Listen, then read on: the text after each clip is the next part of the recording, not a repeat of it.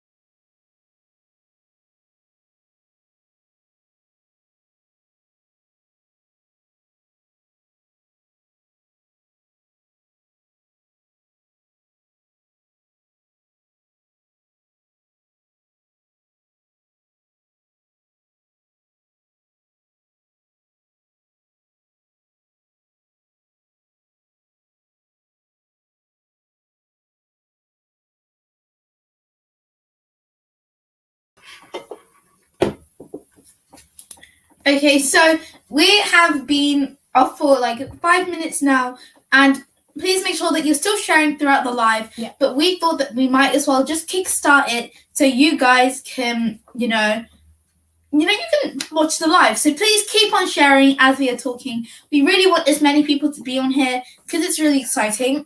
Also, please comment down below so we can see your comments. And thank you, Anna. Hello, Anna. We are so happy that you're here. So, you guys may be wondering why we haven't done lives in such a long time. And one of the reasons is that we wanted to give Avon a chance to settle down into secondary school. As you know, Avon has just turned, well, not just turned 11, but now she's in year 7, which is quite exciting for her and also quite nerve-wracking for her. But we wanted to give her a chance to properly settle into year 7 without all the distractions of all of this business stuff we do. It can get quite chaotic sometimes. So we just took a little break. We also wanted to know where to go forward with our books. So if we would still be doing reviews or if we would still be, writing short stories and posting them for you guys, things like that. And we actually came up with a really good idea to have Bower Books carrying on but not intervene too much with our schoolwork. Don't worry, we will still be, what did I just say? We will still be doing reviews. It's just we won't be doing them as often. So you may be wondering what we thought about in that break that we had. Well, as you may be seeing on the shelf, and some of you may already know, Maya, I know you have received one of these already. We actually launched our own subscription box. And this is amazing, guys. It's really, really big news. And if you've been following us on social media, you would have heard a lot about this. So let's actually bring this down. And we will be showing you what's inside. So if you want to see what's inside, share the live and stay tuned so more people can see this as well. So, Kirsten, why did we start a subscription box?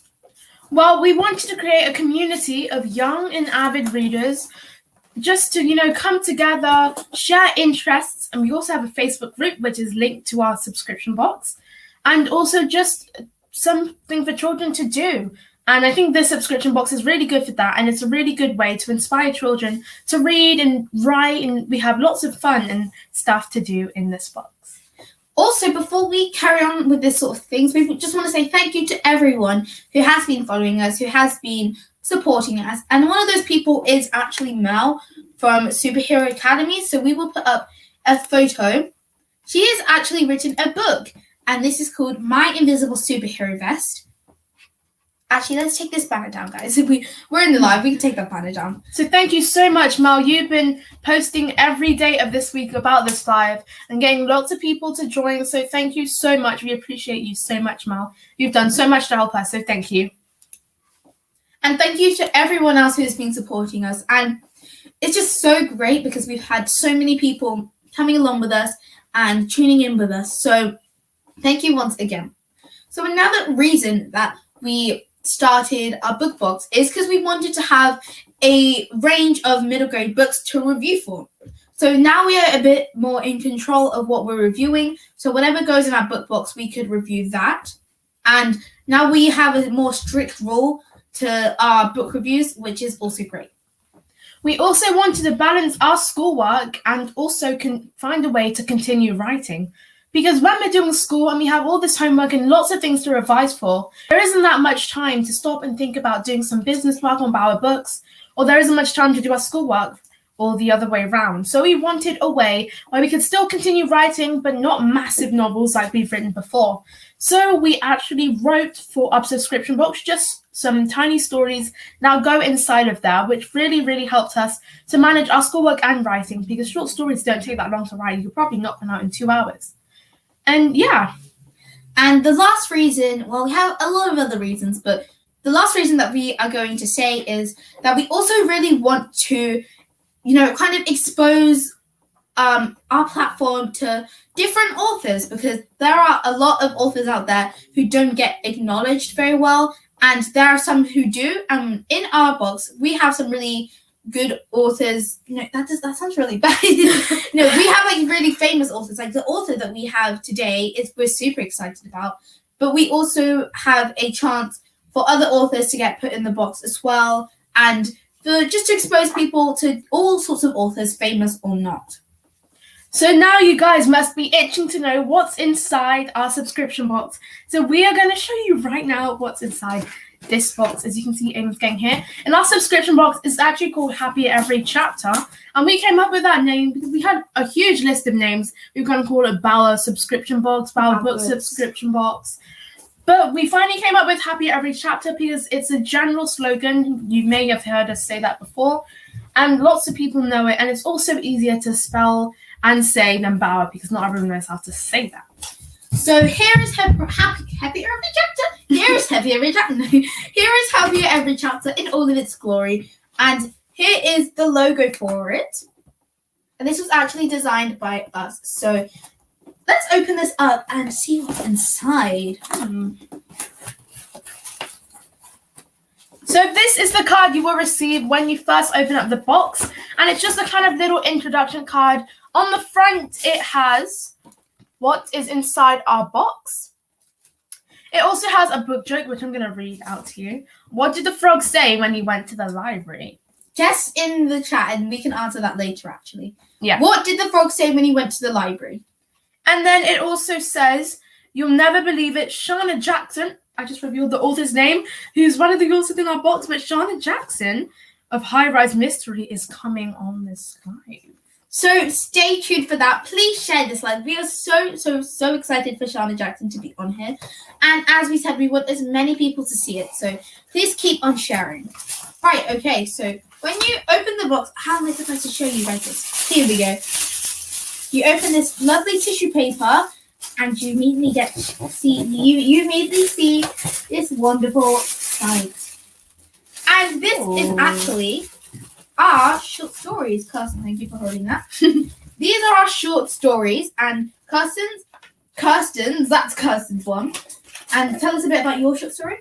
My short story is called Fosseanna. Fosseanna, yep, as you can see on the front cover, and it's about a girl. You can see her on the front cover as well, and she lives in the land of Fosseanna, and that is where it's a land all about foxes. They worship foxes, and their life revolves around foxes. And when she learns that she has to be executed as an offering, kind of like a shrine to the fox gods, she is not having any of it, and she starts to make a plan of how to escape. And it's just a short story, so it's just the start.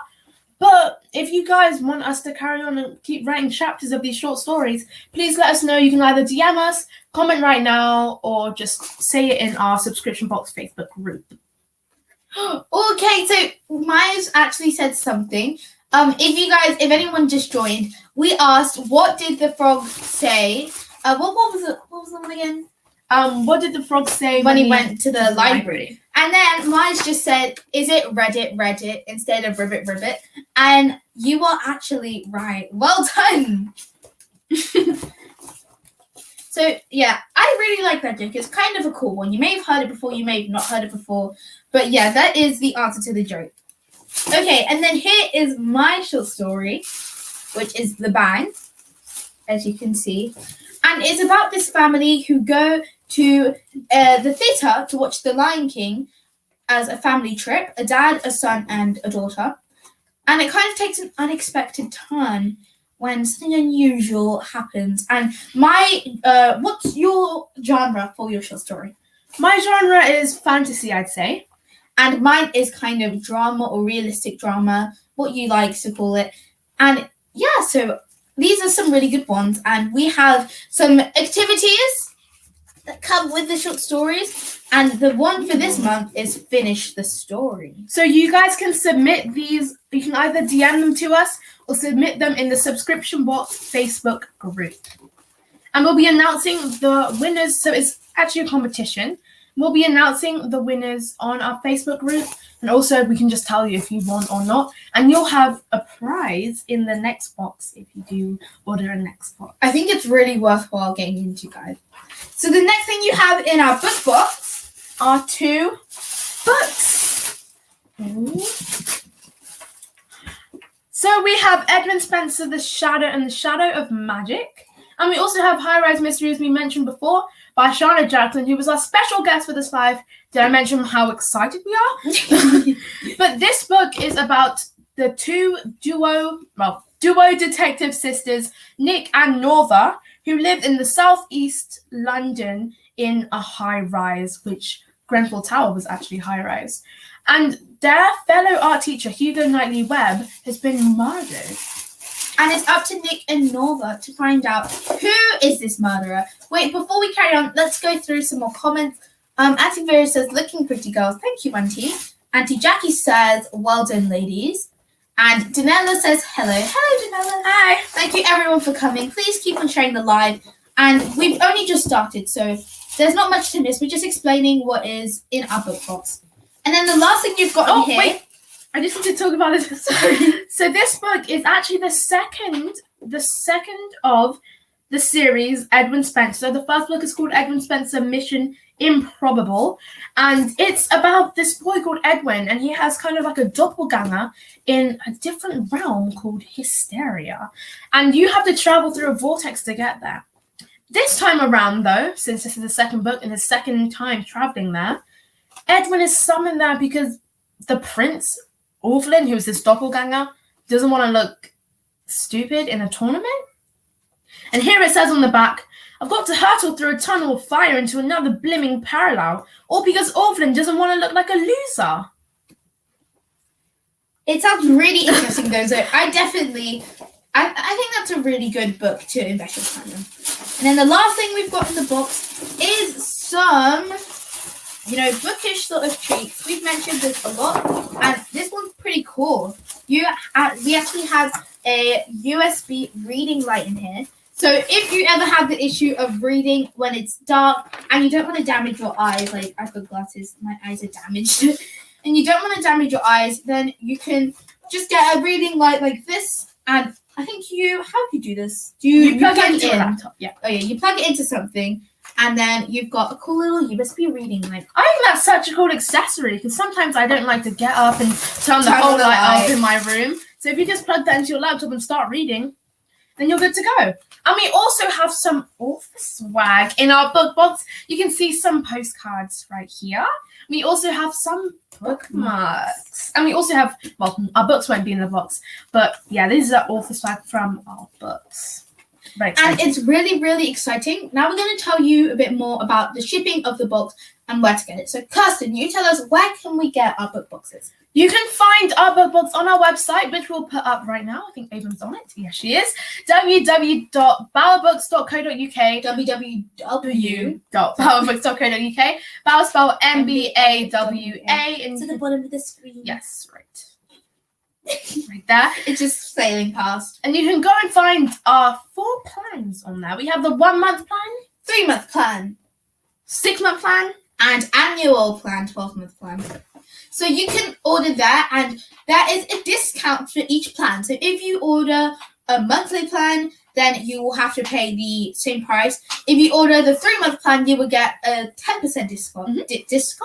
You'll get a 10% discount. If you order the 6 month plan, you'll get the 15% discount. And if you order annually, you will get a 20% discount. So I think I've got those facts right. So that is kind of pretty cool. We also have 2 comments. So before, let's just say, well done, girls. Well done, girls. So proud of you. Thank you so much, everybody. Okay, so with the shipping, this is where it starts to get a little bit complicated. So we ship between the 6th and the 12th of every month. So you will have time to normally the lives are like 1 or 2 weeks after the box is shipping. So this live is on the 14th, of course. So normally we have the lives then, and we will be shipping between the 6th and the 12th. But you can still order the previous month's. You can still order the current month's box after that date, and we will be shipping it. The deadline to order the box is the 12th of the next month. So December the 12th is the deadline to order this box, and we will be shipping between the 6th and the 12th of every month. Okay, I hope that's okay. If it's not, please do say so. Yeah, it's a bit confusing, but if you guys want more details, you can definitely DM us or just comment down below and we'll answer any questions you have. Now we're going to be talking about Shauna Jackson, who is our special guest author on this live. Here is Shauna right here. You may have heard of her, and it's amazing. And we're so excited that we actually got her to come onto this live with us. This is her amazing book, High Rise Mystery. So we're going to be talking a bit about what this live is going to be about and how we met Shauna. So the theme for this live is unpacking High Rise Mystery. So before we get into that, when we say unpacking, we mean not like pulling it out not of the box. Unboxing, no. We mean like discovering and finding out basically about High Rise Mystery. And you guys will also be unpacking High Rise Mystery with us. So please do share so we get some more people. I can't stress it enough. Oh, okay. As soon as I said that, another person joined. So please do share. And the support is amazing. So thank you so much, everybody, for coming along. So how did we meet Shauna Jackson? Well, we met Shauna Jackson on Cressida Cowell's summer program for Book Trust. And Shauna there was actually talking about the 3 Ps of writing a story: plot.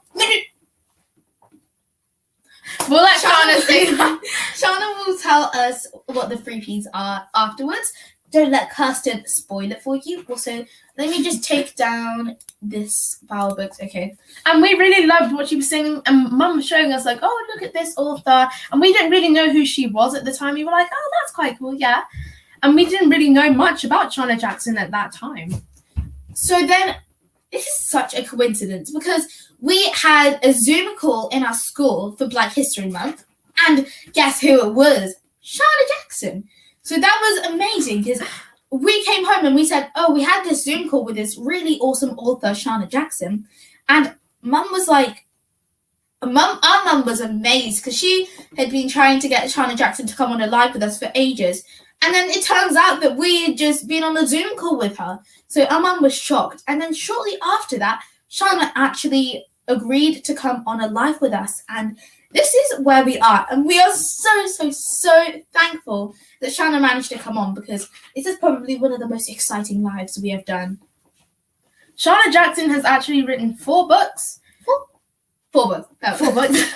2 of them have been High Rise Mystery and the sequel to that book. And 2 other books were some Tate activity books, the Tate art activity book. There's a Tate activity British art one, and then the Tate modern art one. Yeah. If I remember correctly, yeah. And yeah, she's written 4 books and she's been published by Knights of, who is the publisher of famous authors Jason Reynolds, if you may know him. I've definitely heard of him. And I was like, whoa, I didn't know he was published through them. And also L.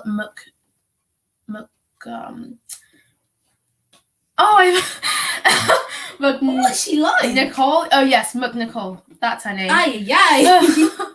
Yeah, so that's really good. Knights of is such a famous publisher. So when we heard about that, we were like, whoa. And she currently lives in Sheffield and Rotterdam, which is in Holland. And she actually lives on a boat, which we thought was so cool. Because I've seen people living on boats before, but only in movies and stuff like that. Like, not in real life. I would actually really like to live on a boat. I mean, I don't really get seasick, but but imagine living on a boat. How cool would that be? So we're going to also tell you a bit about Shauna. And so basically she is a artistic director for the Sheffield Site Museum. I think I got that right. Yeah, I've got that one right. And she is also a member of the Tate Activity Group. I have also got that one right. Yes. Okay. So she actually has quite a few roles. So she's an author, an artistic director, and a member of a group. And so she's also a member of BAFTA, which works really closely with children. And she's and television and stuff. So busy. Wow. Don't know how she manages that. I know. She must be manage school or something. I can't manage school, let alone all of that thing, all of those things. So I think it's amazing that we got Shauna on this live, and I'm so excited. But soon we're going to let Shauna on, but we have 2 comments from our audience right now. So from Auntie Vera, we have, loving this, girls. Thank you, Auntie. Thank you, Auntie. Thank you for your support. You're on every live, so thank you so much. I hope you're doing well. And thank you for everyone who's sharing, because now we are definitely starting to get some more people on, and we've even got some love hearts, so thank you. Thank you so much. And we've got another comment, Auntie Mary. So proud of you, girls. Thank you. Auntie Mary? Grandma Mary. So now I think it's time to let Shauna in, guys. I hope you're excited as we are. So we're about to let Shauna Jackson into the stream. Everyone give a round of applause and a welcome to Shauna Jackson! Hi, I'm loving your live so much. Thank you. Oh no, what happened? Oh. With it today. Are you kicking me out already? I love it. You barely started, Kirsten. Shauna, please can you tell us a bit about yourself? Yeah, well, you gave a really, really excellent bio, actually. So I am, well, up until very, very, very recently, I was the artistic director at Site Gallery, and that's in Sheffield. But now I'm really trying to focus, because you're right, Avon, it's like too much. So I'm really trying to focus on writing. So now I'm like a full-time author. And I do that from, you're right, Rotterdam on a boat. So that's what I'm on now. And yeah, so I used to work at Tate Gallery for years and years and years and wrote a couple of art books there, like you said. But my thing has always been about how do I encourage young children, particularly young Black kids and children who feel disengaged from arts and culture. How do I get them to participate? Because those industries need more diversity. So whether it's writing a book or making an app or working on a television program, that is like what my goal always is. And that was something I was trying to do with High Rise Mystery, because High Rise Mystery is like, so I'm told, like the first black young detectives, which is like cool, but it's also not very cool, because like, why not? I just, in 2019 or whenever it was that I wrote it, shouldn't be, we should have loads of different, you know, detectives. We can do anything. So why can't we see that in books? So that's why I did it. And also, you know, mysteries, you don't really see, you know, young black kids on estates in mysteries. It's more about country estates rather than council estate. And I thought, let's mix that up. So that's where that came from. So I keep touching my hair. I recently shaved my head and it's growing back so quickly. I'm just very like stressed. So yeah, just packing them away for you. So yeah, trying to get young people to realize how creative and great they are, and trying to change the industries for them to come in is my goal. Okay, so we have a few questions for you now, and the first one. So we actually heard in your video for the Premier League, we heard that you live on a boat. That's where we found out that you lived on a boat. And we also heard that you sleep on a waterbed. So please explain this for the audience, because I think this is really interesting. So, okay, I actually don't sleep on the waterbed because I think it's weird that you would have a waterbed on a boat. So when I bought the boat, there's this little room behind where in front of where I'm sitting, because I'm like sitting in like what is like a hall. It's a hallway stroke living room, and it's always straight living room. You go down the stairs, and there's a waterbed, and it's just very weird. So I put like a wood for burning and things in there, and I don't really go in there. So I don't sleep on a waterbed, but there is a waterbed on the boat. Yeah. Have you ever tried sleeping on the waterbed? I did, but when I bought the boat, I had to try and I started draining it, because we were they call it overplating. So when you buy a boat, you have to take it out of the water and check that, you know, it hasn't got holes in, because if it has holes, you know what's going to happen. It's going to be bad news. So they were patching it up, and they were like, you have to take the waterbed out. So we started draining it, and they were like, actually, no, we don't. So it's never been properly full. So I did try and sleep on it, and I thought, wow, this is going to be really fun. It was not fun. It was very weird. Have you ever slept on a mattress, like an air mattress that's not fully inflated, and you just like, that is what it's like, but with water that's very cold, and you have to plug it in and heat it up, and it's like a whole thing. Just the regular mattresses, they are absolutely fine. So the next question that we've got, we'd like you to tell us about your old role or the role that you've got now as an artistic director, and what sort of things did you have to do? Okay, so the artistic director at a gallery, so they are responsible for like everything that you see when you go to the gallery or the museum. So the exhibitions that you put on, or the kind of events that you would go to, and the things that you see on the website. So that was all.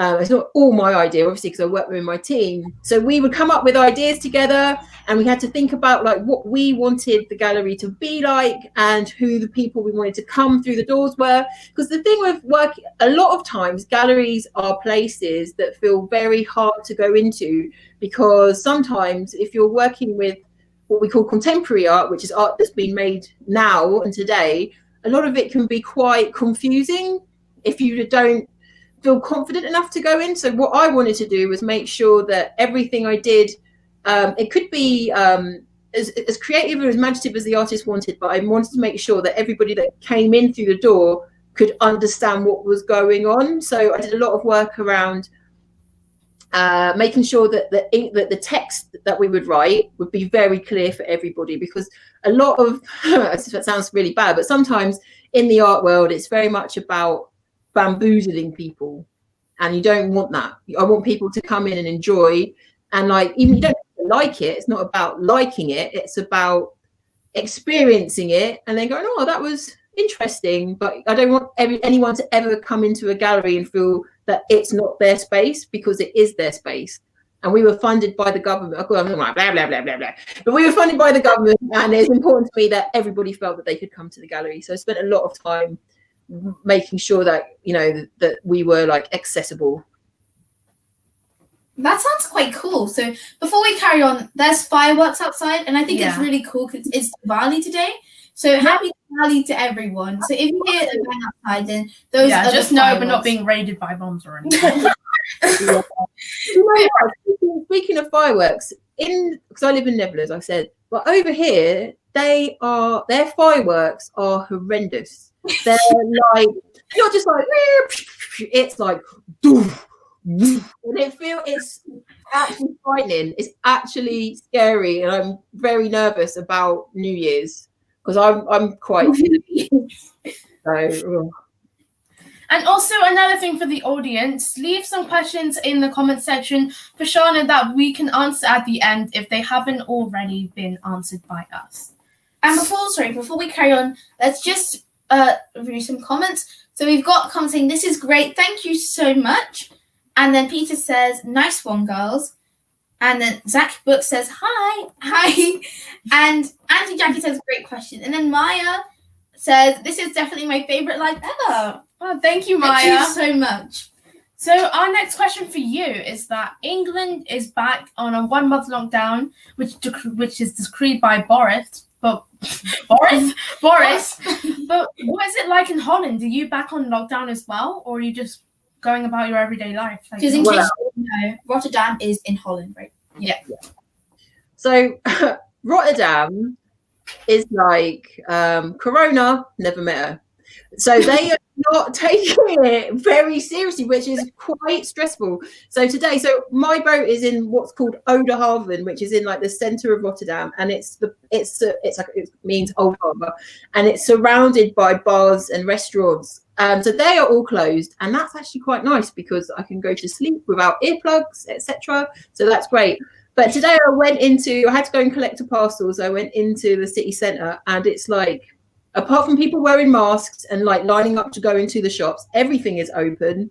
And it feels, I don't know how I feel about it, because I mean, how are we going to put a stop on it? And there's a press conference with the Dutch Prime Minister, and he said like Rotterdam, like singled out Rotterdam, and we might have to have like a curfew, where we have to be in at 8 o'clock every night, and everything might have to close, because I think it's a bit of a sticky one here. Because I was speaking to my friends who live around the world, and my friends in Paris are like, we have to fill in an online form if we just want to go to the shop. So it's very different around Europe at the moment. But here it's very lax for now. But I'm sure in the next week or two, it's going to get really, really, really tight. So we have a question. I think we're going to go through all the questions for Shauna at the end, though. Okay. So we'll just do them in like one big little match. Okay. Now, we've been talking a bit about you living in Rotterdam and your work and stuff. Now, this is a bit of a kind of statistical sort of question. Mm-hmm. And it's to do with, it's quite sad saying this, but the Centre of Primary School Literacy, they have how do I explain this? They have announced sort of the statistics that 1/3 of primary school children are of ethnic minorities. Mm-hmm. But that being said, it is 8 times more likely for an animal to be featured in a middle grade primary school book than for a character of ethnic minority. Yeah. It's shocking, because you are 8 times more likely to see a dog as a character in a book than a character of ethnic minorities. So how do you feel about that? I feel it's terrible, and you're right. So that report is called Reflecting Realities, and this is I think the second or the third iteration of it. And just before I wrote High Rise Mysteries in 2019, the stats were even worse. So it was like 1% of all books published the year that they researched, I think 2018, 1% had a black or brown main character. So you're right, Avon, you had a better chance of seeing being represented by a stick or a dog. And sticks and dogs are cool, but so are so are children, so are black and brown children. And it's really important for me that you get to see yourselves in books. And people think it doesn't matter, but it really, really does. You just seeing people that are like you doing cool and interesting and fun things really gives young people a confidence boost. And that is what I'm trying to do. And I was very lucky to have like a nice bit in the report this year where they wrote about High Rise Mysteries and what it did. And I was like very, very proud of that. And I love that, I love that everybody reads it and they see two young black girls, two young black sisters being awesome, because then it's like, okay, there's more to like being a young black child than, getting stabbed. And that all our narratives, not all of our narratives, but some of our narratives are very tragic. And I don't, our lives are not all about tragedy and sadness. And I want to reflect some of the, the very, very positive, smart, amazing, talented people out there. But yeah, and it's funny that it's not funny at all. It's horrendous that this is still kind of a conversation. And they published the news of this report in The Guardian the other day, and I looked at The Guardian's tweet and the comments underneath that tweet, and they were all like, oh, we'll just read a book, it doesn't matter, it just doesn't matter. And it's like, yeah, but you don't know until you don't know what it feels like to not see yourself. And I'm thinking about the books that I read when I was growing up. There was not much, if anything. I was reading like, what did I read? Like Magic Faraway Tree, Enid Blyton, and it's like, cool. But it'd be really great to see, young black girls being awesome. And I understand, like, it doesn't really kill to just have a character as black. It doesn't, make the whole book have a downfall. So I don't really understand those statistics. Totally. But also what it's also about, though, is making sure it's not just about the representation in the book. It's about the representation and the makeup of the publishing industry as well. Because if you had more people of different colors, genders, sexualities, all of the things, then we'd have more diverse books if you could have more people being champions for them internally. And that's also what needs to change. And I feel like a lot of publishing, there's a lot of like a similar type of person that goes into publishing, and they tend to be very privileged and they know the kind of books that they want. So that often results in the same kind of books being published. But like it's lovely that Nights have like responded to that, Lantana Books, and there's other publishing people and companies popping up now that because they realize that it's very it's important. Part of me is like, there's also probably something quite cynical about it too, that it's like, well, it makes money. And they've realized that people want to read books written by black people with black people in them. There's partly that too. But for me, I try not to focus on that, and like focus on the fact that it is getting better. But when you read reports like that, you're just like, Tragic. Terrible.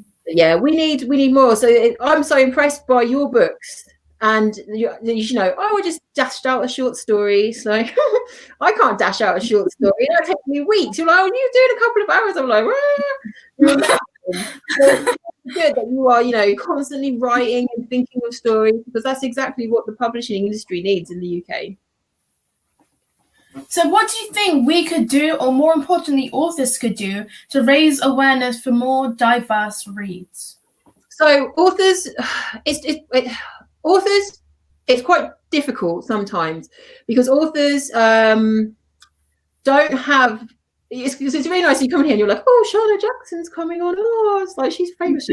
Like I've got no like clout, but what clout I have, I can try and use. So on my Twitter, I'm always retweeting other black writers, or like always sharing opportunities that may come my way, and then like I can, as I get more popular, can talk to the other publishers I may be working with, making sure that the characters are represented in certain ways on the cover, asking about the makeup of the team that I work with. So there are things that you can do.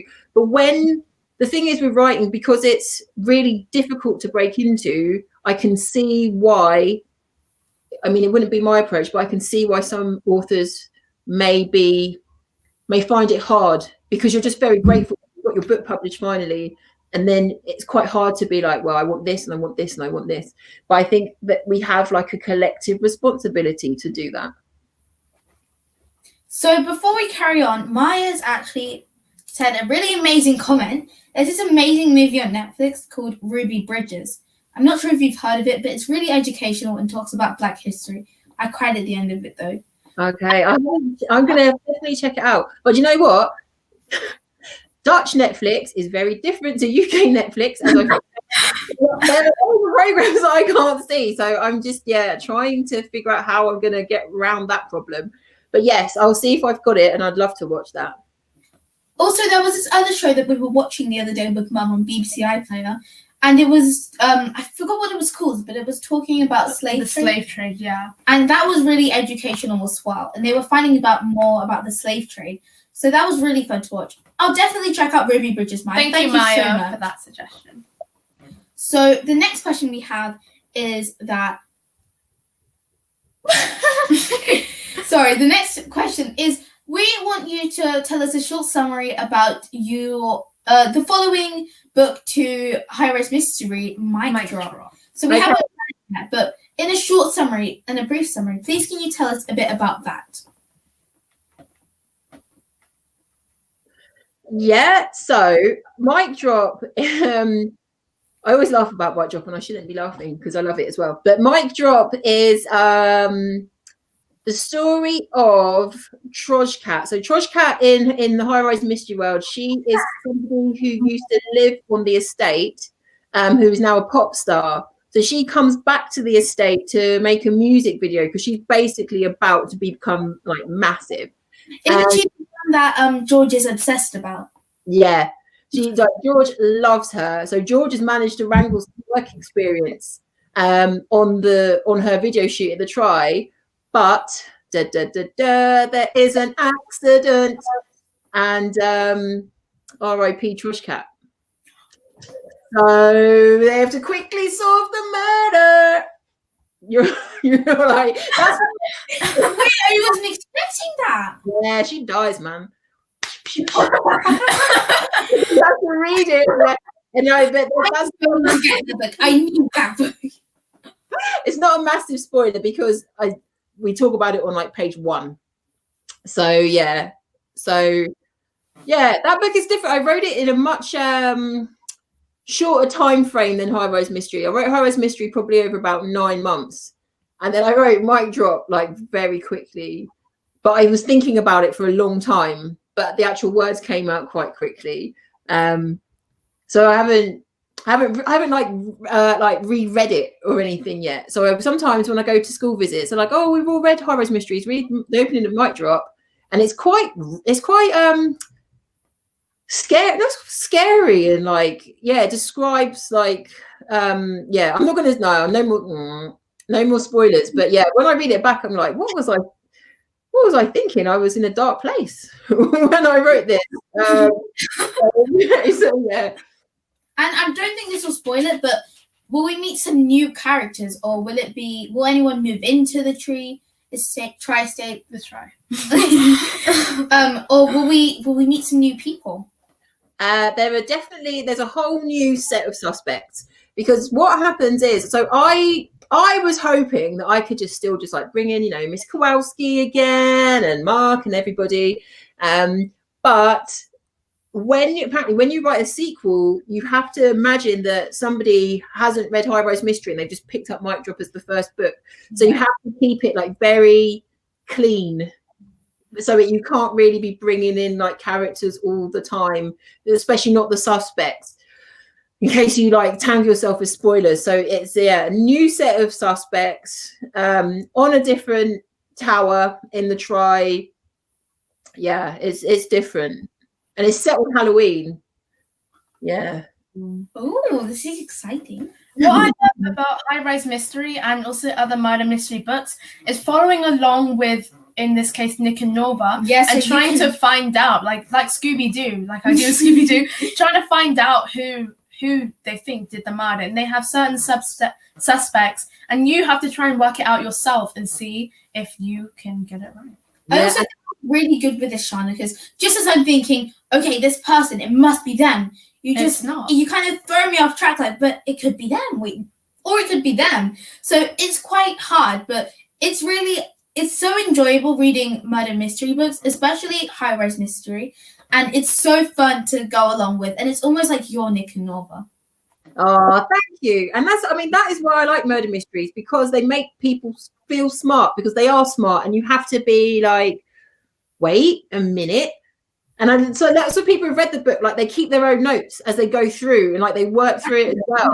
And I love that. I'm like, yes, I'm confusing and bamboozling and hoodwinking you. And that is what I like. I think it's hilarious, because I play a lot of games, or I did play a lot of games.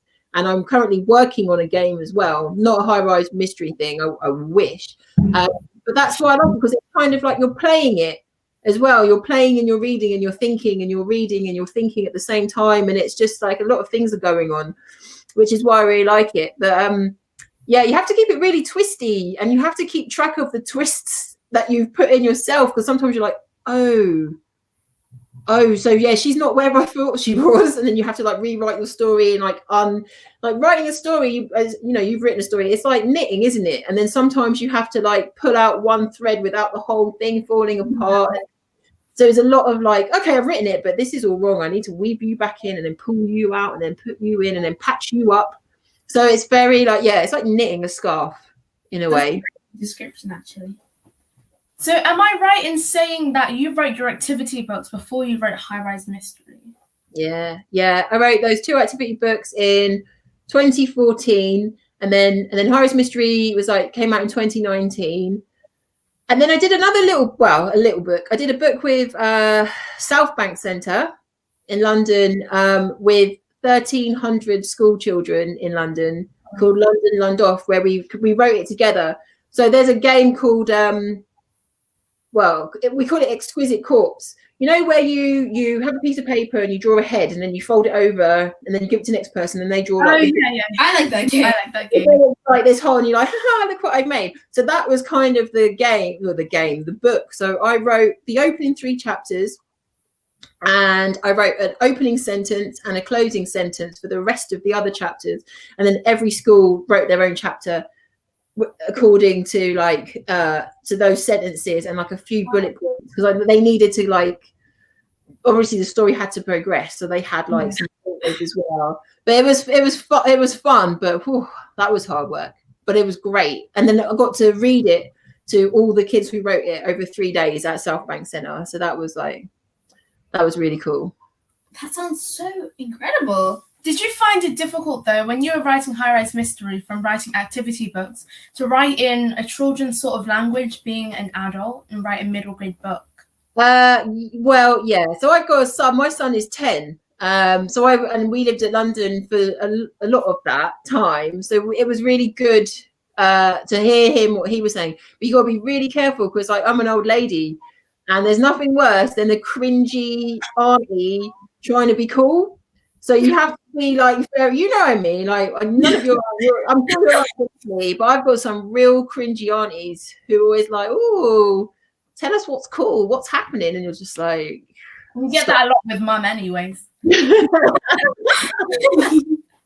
I can't be cringy. So I put some slang in, absolutely. I'm wanting to make them feel real, but I tried not to take it too far, because I think, like, because young people, some people forget what it was like to be young. When you're young and you see people trying to like be your mate and trying to be and like thinking that they're like, hey kids, you're just like, oh, you're so cringe, and I just don't want to be cringe. And the minute it's cringe, I'm out. I have to just write something else. I'll go back to art book. So what made you write a detective murder mystery genre? So yeah, it's like the game like element of it. The fact that you don't really see like black kids in that genre was really interesting to me.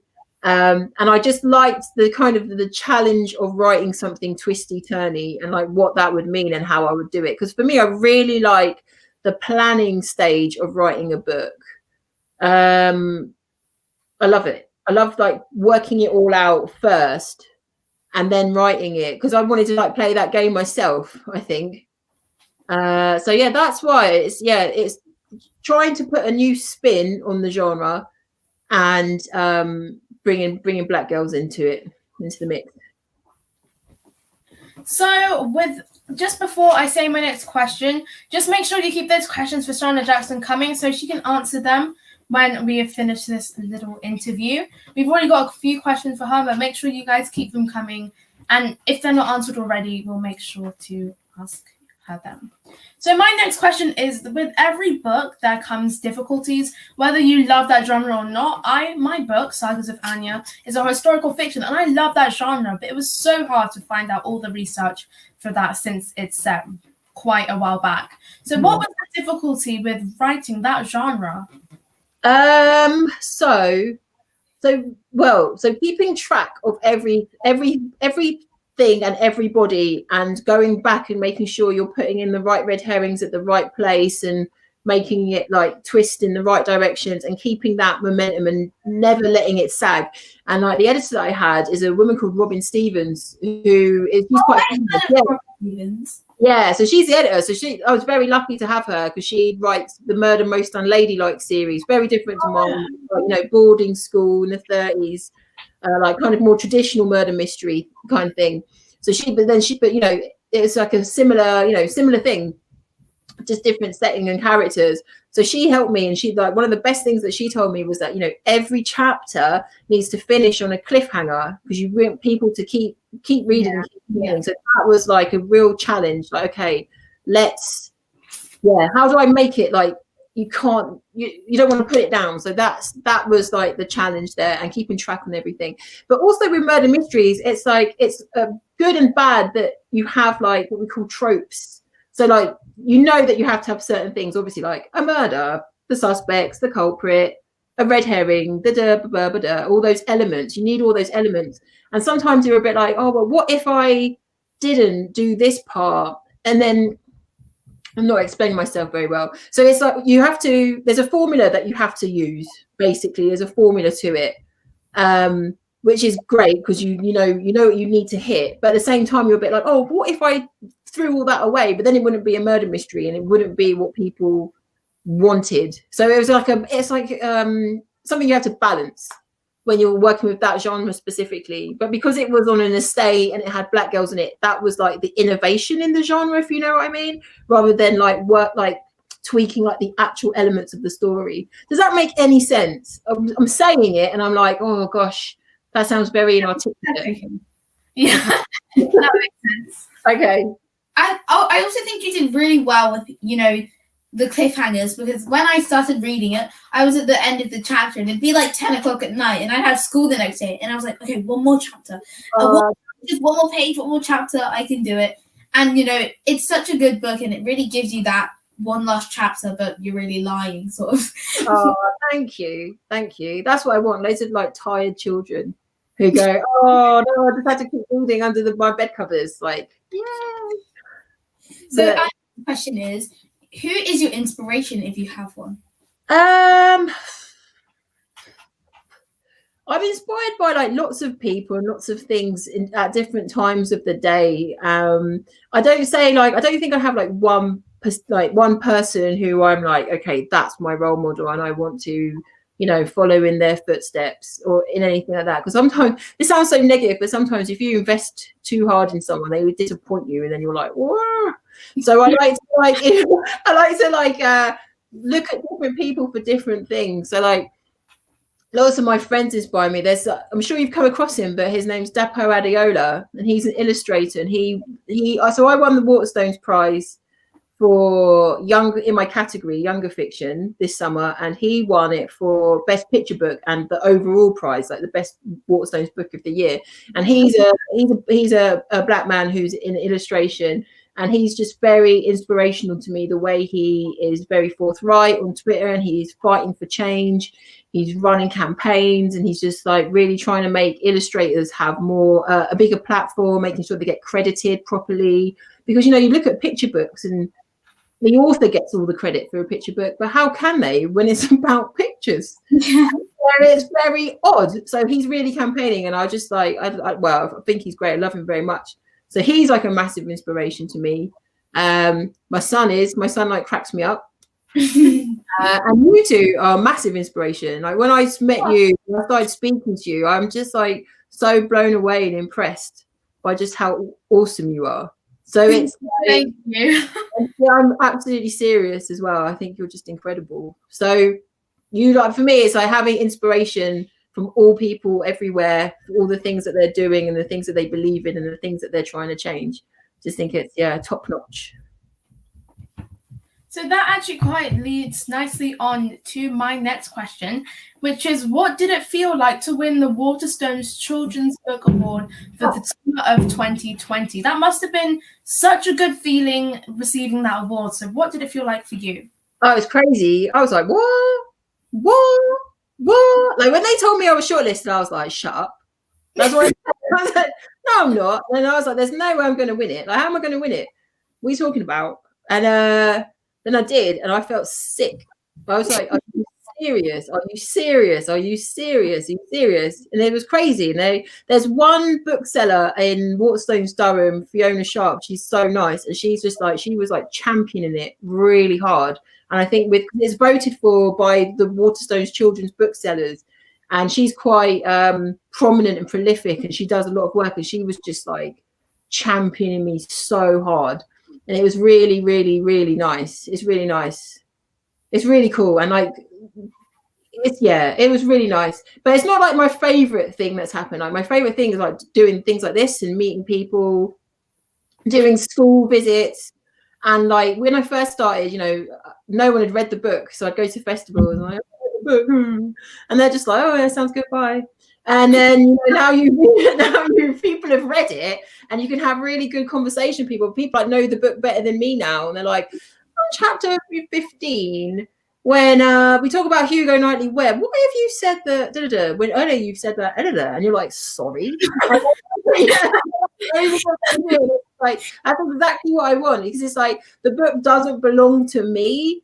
I wrote it for other people, and they can, I love that they've got their own theories, and they, want to, investigate it, interrogate it, and like call me out about things. And I just love it.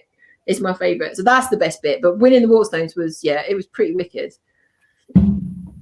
So our last question before we go to the comments is, what are your best tips for writing this sort of murder mystery genre? Okay, well, you hinted at it, the 3 Ps. My 3 Ps. So my 3 Ps it's just a way of like branding up like my process, I guess. But for me, when I'm writing any story, I think about these 3 Ps, and they're people, plot, and place. And it sounds like super obvious. You need people, you need a plot, and you need somewhere to put them, obviously. But I really try and drill down into those 3 things and make sure they feel as real to me as possible, regardless of the genre. I mean, even if you were doing a fantasy, does it feel real? And do the rules that you've set up for that world make sense? So people is, the characters, and in a murder mystery, like we talked about, you have to have, your murderer, suspects, other people in the world, And for me, actually, in High Rise Mysteries, the other people in the world, I really loved writing them as well. So characters like Sissy in the shop, and Barry, who runs Bermuda's, the pub. Like, I love those little characters who make your world feel more real. So people like spend a lot of time like understanding who they are, because now it's almost like, I'm not crazy, and I don't see like Nick and Norva like walking around my house or anything. But if they were real, I can imagine them like coming around my house, and I'd give them dinner, and I can imagine how they behave, and it'd be really funny. And like, so I kind of like know them now, to the point where if someone was like, oh, can you write a short story about, with Nick and Norva, I'd be like, oh yeah, sure, like, because I know what they would say to each other in the situation. So like really getting to know your characters.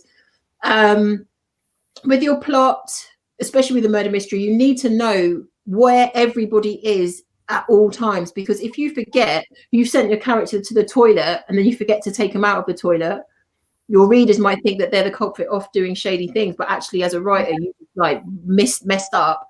So when I first met Robin Stevens, she showed me a spreadsheet which had like times across the top, like every 5 minutes, and then characters in a column. So she knew it would never go in the book, but it was just like, okay, Dom is in the toilet, Dom is in the toilet, Dom is on his way to to school, he's at school, he's at school. So she knew where everybody was.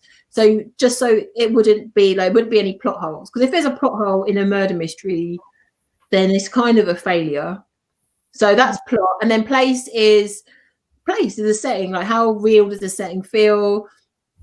Where is it? And you can set a murder mystery anywhere, you know, on an estate, on Mars, on the moon. But what you should do if you're writing a murder mystery is make sure the actual scene of the crime isn't too big, because if anybody could have been at that scene at any point in time, it just becomes too big with too many suspects, and then it's kind of like a bit boring. Because if it's like, you know, anyone could have done this murder, then why am I reading it? You need to like slim it down. So in High Rise Mystery, it's only about those top 2 floors in corner 1, which is the name of the tower. So it could only be those people, and I like purposely set it up that way. You know, the lift is broken and it's cordoned off on the avenue and blah blah blah blah blah. So it's only that lot. So that's like 6 flats, one of which being Nick and Norva's flat.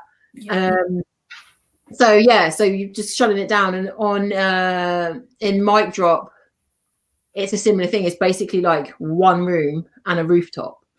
So it's like, okay, well, who's done it?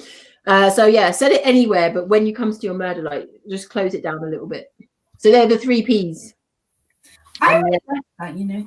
It really sounds interesting writing a murder mystery, and I think I'm not that organized and all, so I would pretty much suck at it. No, you wouldn't. You'll be really good at it. It's funny, like my son helped me, like because it was my first like novel, so I was really excited. So like I took, like, the whole house was taken over with like post-it notes and like, you know, when you see like murder mystery walls and it's all like strings and like, that's what it was like. I was just like, and then so he helped me with it, and he's but now he won't read it. He's like, I don't need to read it because I know exactly what happens. So it's just like 2 little girls walking around now. So I was like, how dare you? But yeah, it's funny. Like, yeah, you'll be able to do it. You'll be able to do it really easily. Of course you can. I can try. So now let's head over to the comments. So I think it starts from. Are we going to do all of the comments or just the questions? We'll do a few of the comments because we kind of ran over time. Didn't realize we've already been here for an hour. So how long have you lived on a boat, and describe your writing process? Sure. So I've had this boat for 6 years, but I've only really lived on it properly, like full time, since like May. But before that, I used to live on boats in London as well, and then so I've been living on boats like on and off, but for the most part since 2008. So that's that 12 years. Whoa, that's gone quickly. So 12 years, and my writing process is pretty scatty. So I really love like the planning bit. I'm like obsessed with these post-it notes, which are like huge, like A3 size, not A3. A1, like massive, and I put them up, and then I put little post-it notes on them with just like snippets of conversation or like a description of someone's hair or just like little things. I just fill them up, and I think about them until it becomes real. And I like just start doing little bits of research, and then I open loads of different tabs on my computer, set up like Google Docs or and then like after a few, probably, I don't know, months, but not full time, just like thinking in the back, that I'm like, okay, I'm kind of like ready to start. But then that's when it goes bad for me because I'm just like, I've got to actually write it. Like the actual writing part of writing is like that. I was like, hard. The editing part, I love. Like once it's written and I can go back at it and like change it and make it better, I love it. Yeah, it's really important to get the writing done. And like, you know, there's lots of quotes about, you can't edit a blank page, and it's so true. And then there's this other process that someone's told me about, which is called the vomit draft, which is like draft like 0 or like -1, where you just write it. And it's really rubbish, but you just get it out, and then you can start that nice process of like making it better. But with High Rise Mystery, because it was like the first time I'd ever done it, I was like agonizing over like every single word that I typed, and it was just long. And then I needed to give myself like the confidence just to write how I wanted to, but it was very like, it's very weird writing a book because it's quite emotional and strange, and like you have to go, it's like having like two personalities in a way, because you have to sit down and get into this world and like get comfortable in this world that you've created, and then write it, and then you have to come out of that world and look at it and go, okay, that's rubbish. Okay, that's good. So you have to go like back and forth between realms. That sounds very hippie, but it's kind of like that. So thank you so much for your question. Now we have another question. What made you leave our beautiful British weather for raining Wall Street water? I actually like rain, so it's perfect here. But oh my gosh, it gets really hot here for like a week. Like 1 week in the summer, it just gets like so hot, I can't take it. And the boat, because it's metal, is just unbearable. So I have to have like fans going constantly, and I hate that week. I hate it. So it's, yeah, I like the rain. I can't complain. So that's quite nice. And are there any other questions? We do have a few comments. I don't think we have any other questions, but we do have a few supportive comments. Maya has another question. Oh, right. No. How did you feel to have your book published? Oh yeah, it was crazy.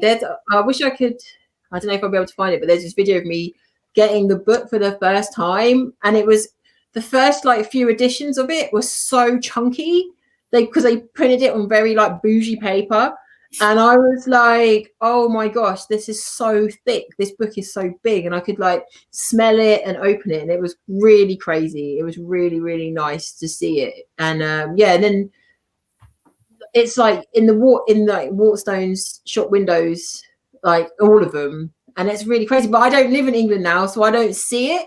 And it was, you know, this lockdown as well, so I was never really out to see it. But it's really nice, and people send me pictures all the time, like, oh my god, I've seen your book, and it's really cool. It is really cool. But what's cooler is that people like it rather than it's popular just like in the shop. The fact that people like tweet me and they email and they say, oh, been reading it with year sixes and my year six class really like it, that's the best part for me. So we also have another question. How old were you when you started writing? Wow. So the thing with me was, I mean, I did write some short stories, and I tried to write this book when I was 7 called Nero the Hero, and it was like the story was so basic. And so it was about like this guy who would like leap through different eras and like sort out the dramas in the different eras. There was a program in the 80s that I was basically inspired by. It was called Quantum Leap, and I don't know if anybody is old enough in this chat to know what Quantum Leap is, but I think I was watching that a lot. Maybe I shouldn't be, it was way too old for me, but I was watching that and I was like, yeah, I'm going to write that story. And I remember it being terrible, but actually I might revisit it, who knows. So that was when I was about 7, but I didn't know if I always like wanted. I had like a little dream of being a writer, but I didn't think I'd actually do it because I was quite wasn't very confident in my writing, and also I found it like very personal to like show people like this is my point of view and this is what I think is good. And then it made me feel like quite nervous. So I always like worked in teams and like being a director of a gallery and doing things like that, you know, making apps and being part of a team. I love that, and leading a team. But then it was like quite scary to be like, yeah, this is my vibe. Do you like my vibe? So it was nerve-wracking. But yeah, so I had to get confidence, and I know I have to work on that. I have to work on that every day. So yeah. And then Auntie Jackie has another question. Who supported you on this journey? Who supported me on this journey? Friends. My son's dad is really cool, and he like helped me a lot. And he, you know, does all like the cooking and not the cooking, that's a lie. Let's not give him too much praise now. But lots of like cleaning and taking my son to school and doing all of that stuff to give me the time to be able to write. So that was really cool. My mum died 10 years ago, but she would have loved it. And I know she would be like, she's like, that's a vibe. My dad loves all the success, but he wasn't like part of like the process very much. But it's funny. So yeah, my family and my friends were like really good and like sending like I don't know, like shopping to me and like making sure I was going to bed, because I was finishing it when I had a full-time job. So I'd have to go to my full-time job in the day, come home, you know, play with my child, eat dinner, and then like at 9 o'clock start writing, then write until like 4 o'clock in the morning, then go to sleep for like 2 hours, and then get up and then go to work and do that. So it was like it was like, oh my gosh, it was a lot, but it was worth it. So I don't suggest doing that, but that's what I had to do to get it done. So our next question is from, I'm so sorry if you're an auntie and I just say you by your first name, but Anne Edwards, which writer inspires you? Again, I'm inspired by loads of different writers, depending on just like, sometimes I'll read a line in a book and I'm like, oh my God, that's so hot. So like something like Kieran Millward Hargrave wrote a really lovely line in a book I read the other day. Don't ask me to quote, but it was very beautiful. And then I was like,